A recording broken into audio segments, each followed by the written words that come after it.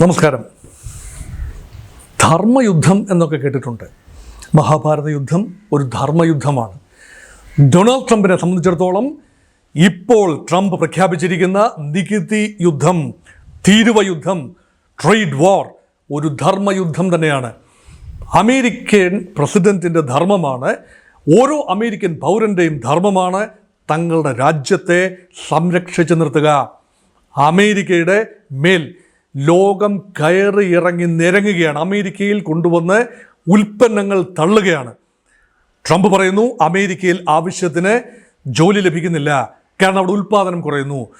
American ലേബറേഴ്സിന് ആവശ്യത്തിന് കൂലി ലഭിക്കുന്നില്ല, കാരണം ഉൽപ്പാദനക്ഷമത കുറയുന്നു. അതുകൊണ്ട് അമേരിക്കയിൽ ഉൽപ്പന്നങ്ങൾ ഉണ്ടാക്കണം, ആ ഉൽപ്പന്നങ്ങൾക്ക് അമേരിക്കയിൽ തന്നെ വിപണി ഉണ്ടാക്കണം.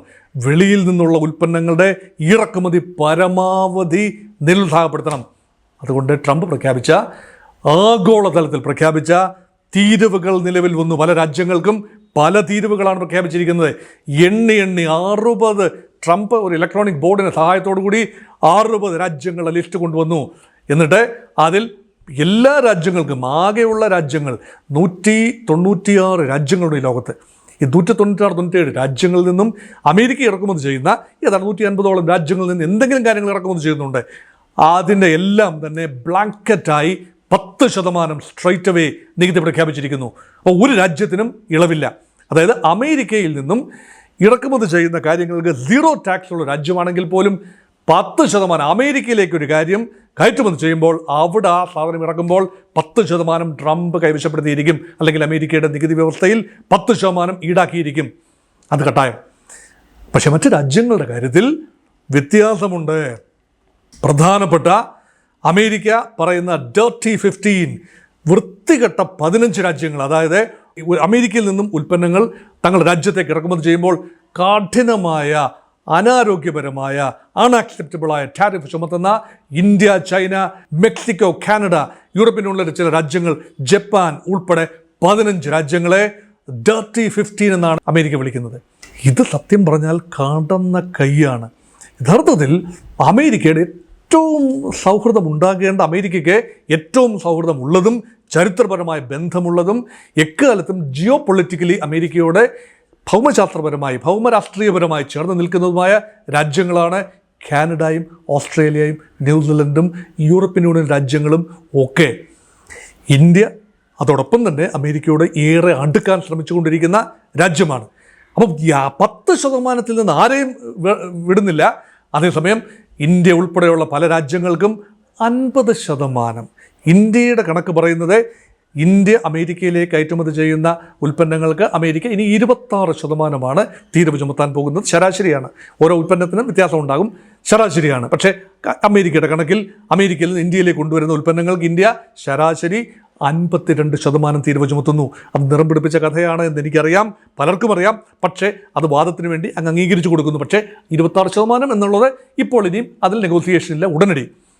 ഇനിയും മറ്റ് രാജ്യങ്ങളുടെ കാര്യം എന്താണ്? ചൈനയ്ക്ക് നേരെ വാളോങ്ങിയ അമേരിക്ക. അത് വ്യാപാര യുദ്ധമാണ്, അത് അല്ലാത്ത യുദ്ധം കൂടിയാണ്. ചൈന എന്ന പ്രത്യയശാസ്ത്രപരമായ എനിമി ആത്യന്തികമായി അമേരിക്കൻ സമ്പദ് വ്യവസ്ഥയെ വെല്ലുവിളിക്കുന്നത് $19 ട്രില്യൺ മാറിയിരിക്കുന്നു ചൈനയുടെ സമ്പദ് വ്യവസ്ഥ.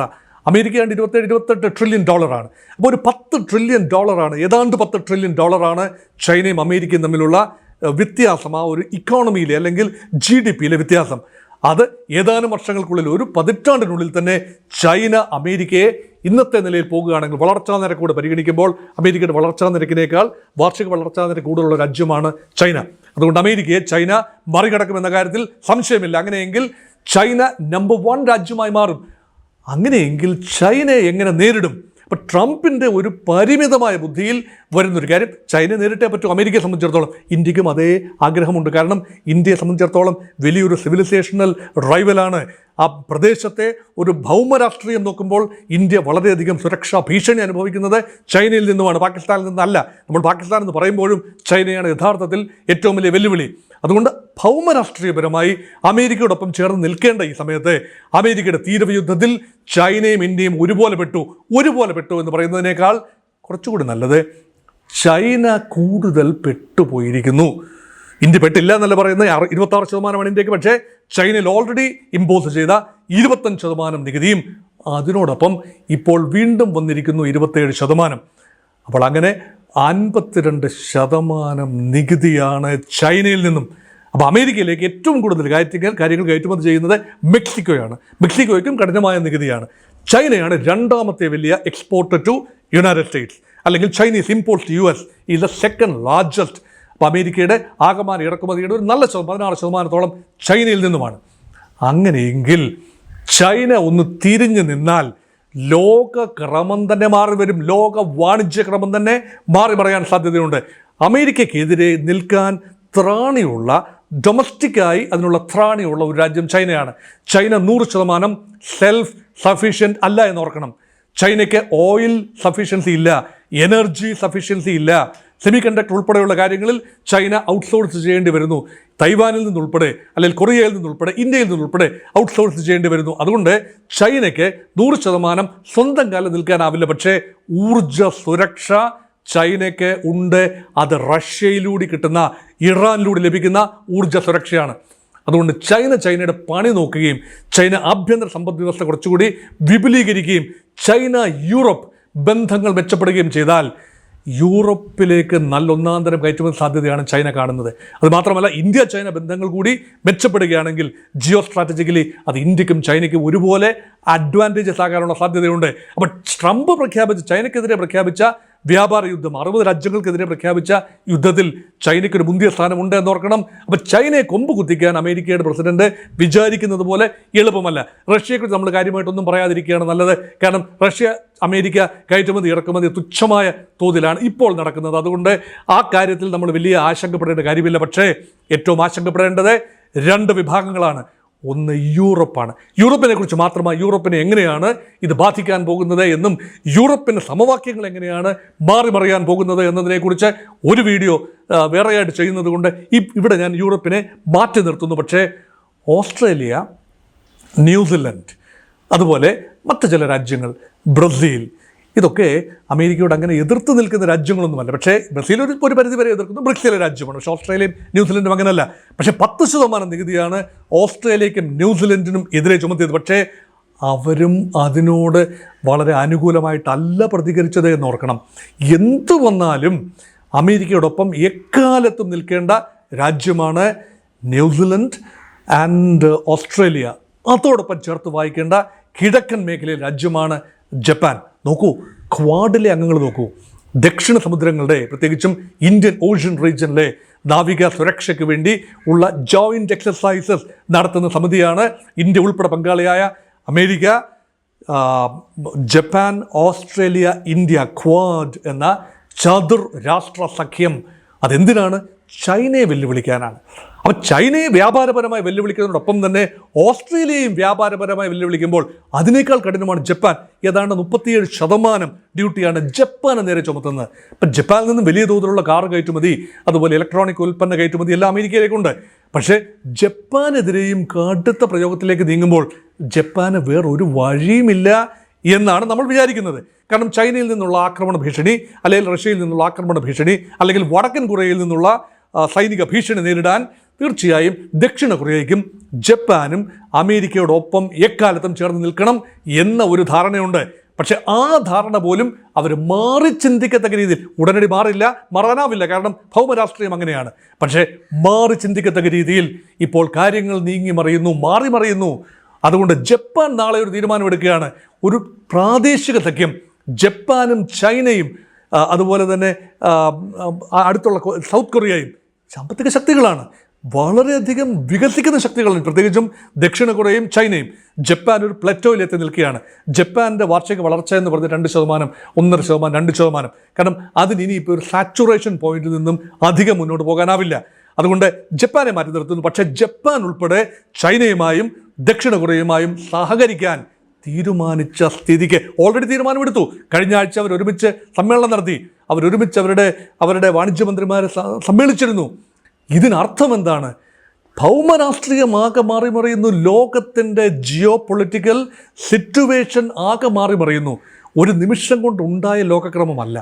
പക്ഷേ മാറി മറിയുന്നത് രൂപീകരിച്ച് വന്നതിനേക്കാൾ വളരെ പെട്ടെന്നാണ് ലോകത്തിൻ്റെ ഭൗമരാഷ്ട്രീയം മാറി മറിയുന്നതെന്ന് ഓർക്കണം. അതുകൊണ്ട് ഒരൊറ്റ സുഹൃത്ത് പോലും ഇല്ലാത്ത രീതിയിൽ ആശ്രയിക്കാം 100% വിശ്വസിക്കാവുന്ന ഒരൊറ്റ സുഹൃത്ത് പോലും ഇല്ലാത്ത രീതിയിൽ അമേരിക്ക മാറി മറിയുന്നു. അതുകൊണ്ട് അമേരിക്കയ്ക്ക് ഉള്ളിൽ വളരെ വലിയ പ്രതിഷേധം അലയടിക്കുന്നു.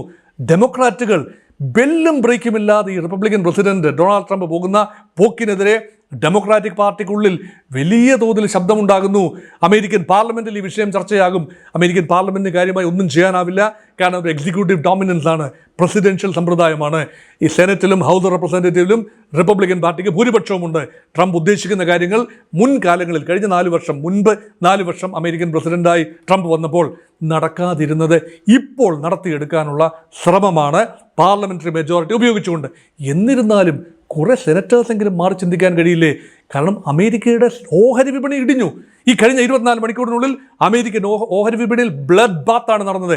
2.4% ഡൗ ജോൺസ് ഇൻഡെക്സ് തകർന്നത്. നാസ്ഡാക്കും അതുപോലെ തന്നെ തകരുകയാണ്. അപ്പോൾ അതുപോലെ S&P ഇൻഡെക്സ്, ഈ ഇൻഡൈസസ് എല്ലാം തന്നെ അമേരിക്കൻ ഓഹരി സൂചികകൾ, ലോകമാസകലമുള്ള ഓഹരി സൂചകങ്ങൾ, ജപ്പാനിലെ ഓഹരി സൂചിക മാത്രമാണ് സ്വല്പമെങ്കിലും ഉയർച്ച നേരിട്ടത്. അതുകൊണ്ട് ഇന്ത്യയിൽ ഉൾപ്പെടെയുള്ള ലോകത്തെമ്പാടുമുള്ള ഓഹരി വിപണികൾ തകർന്നടിയുകയും സ്വർണത്തിന് വില ക്രമാതീതമായി കൂടുകയും, അങ്ങനെ ലോകത്തെ ഒരു ഇൻവെസ്റ്റ്മെൻറ്റ് അനുകൂല ഓഹരി വിപണി തകർന്നു കഴിഞ്ഞാൽ എങ്ങനെയാണ് വിപണിയിലേക്ക് പണമെത്തുക, എങ്ങനെയാണ് വ്യവസായം നടക്കുക, എങ്ങനെയാണ് പ്രാഥമിക വിപണിയിൽ നിന്ന് മൂലധന സമാഹരണം നടക്കുക? ഈ താൽക്കാലത്തേക്കുള്ള തിരിച്ചടിയായിരിക്കാം, പക്ഷേ അത് ഗൗരവമായി പരിഗണിക്കേണ്ട വിഷയമാണ്. അതുകൊണ്ട് അമേരിക്കയ്ക്ക് ഉള്ളിൽ അസംതൃപ്തി പുകയുന്നു. അമേരിക്കയുടെ സഖ്യ രാജ്യങ്ങളായി, പൊളിറ്റിക്കലി സഖ്യ രാജ്യങ്ങളായി യൂറോപ്യൻ യൂണിയൻ, അതുപോലെ ജപ്പാൻ, ഓസ്ട്രേലിയ, ന്യൂസിലൻഡ്, അതുപോലെ മറ്റു ചില രാജ്യങ്ങൾ, ഇവരുമായിട്ടുള്ള എല്ലാ ബന്ധം നഷ്ടപ്പെടുകയാണ്. അതുകൊണ്ട് പുനഃക്രമീകരിക്കപ്പെടുന്ന ഒരു ലോകക്രമം, അമേരിക്ക ലിബറേഷൻ ഡേ ആഘോഷിക്കുമ്പോൾ ലോകം ലോകം മുഴുവൻ തന്നെ കൂടുതൽ ഊഷ്മളമായ മുൻകാലങ്ങളിലെ വൈരാഗ്യങ്ങളും വൈരുദ്ധ്യങ്ങളും പടലപിണക്കങ്ങളും മാറ്റിവെച്ച് അമേരിക്കയ്ക്കെതിരെയും ഈ ട്രംപിൻ്റെ വ്യാപാര യുദ്ധത്തിനെതിരെ ഒന്നിച്ച് കൈകോർക്കാനുള്ള സാഹചര്യം ഒരുങ്ങിയിരിക്കുന്നു. പക്ഷേ പല പ്രായോഗിക കാരണങ്ങളാൽ അത് പൂർണ്ണമായി നടക്കില്ല എന്ന് മറ്റൊരു കാര്യം, അത് പ്രായോഗിക ബുദ്ധിയുള്ളവർക്ക് മനസ്സിലാകും. പക്ഷേ ലോകം ഒരു ഷെയ്ക്കപ്പിലാണ്. ആ ഷെയ്ക്കപ്പിനെ കുറിച്ചുള്ള കൃത്യമായ ഒരു ഏർലി ഇൻഡിക്കേഷൻ ഇപ്പോൾ നിങ്ങളോട് പങ്കുവെക്കാൻ, എൻ്റെ പ്രേക്ഷകരോട് പങ്കുവെക്കാൻ വേണ്ടി ഞാൻ ഈ വീഡിയോ ഉപയോഗിച്ചു എന്ന് മാത്രം. Thank you.